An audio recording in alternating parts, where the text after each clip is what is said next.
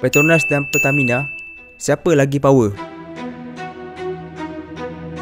Kecoh di media sosial, terutamanya di negara jiran kita, apabila mereka membuat perbandingan di antara syarikat Pertamina dan juga Petronas. Kedua-duanya mempunyai persamaan, iaitu syarikat minyak milik kerajaan masing-masing. Apa yang menariknya, macam mana sebuah syarikat yang mempunyai potensi rakyat seramai 285 juta orang boleh kalah dengan syarikat yang hanya ada 34 juta rakyat saja? Tak lain tak bukan, semestinya rasuah. Tapi bukan itu yang saya ingin kongsikan. Hari ini saya nak cerita macam mana perjalanan Petronas, sebuah syarikat tempatan kecil yang mampu menjadi gegasi pasaran dalam beberapa dekad. Semua bermula pada awal 1970-an, di mana ketika itu dunia berhadapan dengan krisis minyak 1973. Harga minyak naik 4 kali ganda.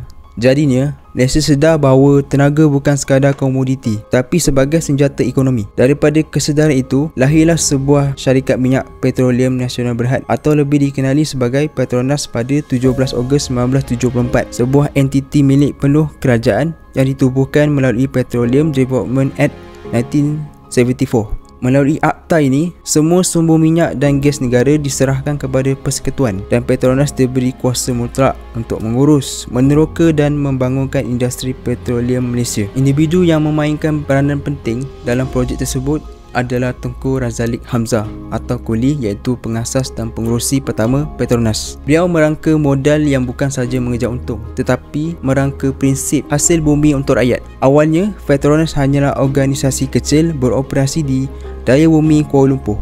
Tapi hanya 2 tahun selepas ditubuhkan, semua negeri termasuk Sabah dan Sarawak menandatangani perjanjian menyerahkan hak pengeluaran petroleum kepada Petronas dengan balasan royalti tunai sebanyak 5%. Langkah ini penting bukan sahaja kerana ia menyatukan Semenanjung dan Borneo dalam satu sistem tenaga nasional, tapi juga kerana ia menjadi asas kepada kestabilan ekonomi Malaysia hari ini. Tidak lama selepas itu, Petronas menemui medan dulang di Terengganu dan medan Kinabalu di Sabah sebagai satu titik mula kekayaan sebenar negara ini. Bila masuk ke era 1980-an, pentadbiran Tun Dr. Mahathir Mohamad menjadikan Petronas sebagai tonggak dasar perindustrian negara. Tun melihat tenaga bukan sekadar bahan api sahaja, tetapi pemangkin kemajuan bangsa Melayu dan Bumi Putera. Kilang penapisan pertama dibina di Kerteh, Terengganu.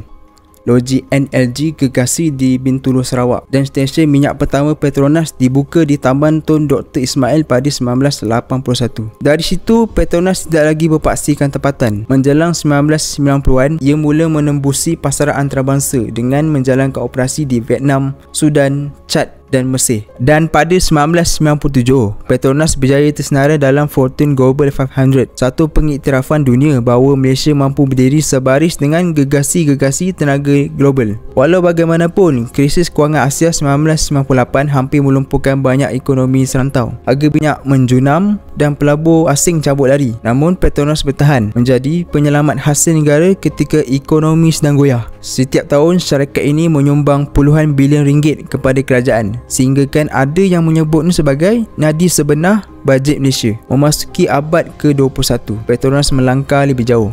Ia membina Menara Berkembang Petronas, simbol kepada keyakinan Malaysia yang sedang membangun pesat. Tetapi, pasaran global datang dengan cabarannya sendiri. Kejatuhan harga minyak pada 2015, pandemik COVID-19 pada 2020 dan tekanan besar untuk beralih kepada tenaga hijau. Walaupun keuntungan pernah menjunam lebih 50%, Petronas bertindak pantas dengan mula beralih ke hidrogen, biofuel dan tenaga boleh diperbaharui dengan visi net zero karbon menjelang 2050. Kini lebih setengah abad selepas ditubuhkan, Petronas bukan lagi sekadar syarikat minyak. Ia cerminan keupayaan bangsa dalam membina kekuatan sendiri, dari Laut Terengganu hingga ke pesisiran Borneo, dari daya bumi hingga ke Menara Berkembang.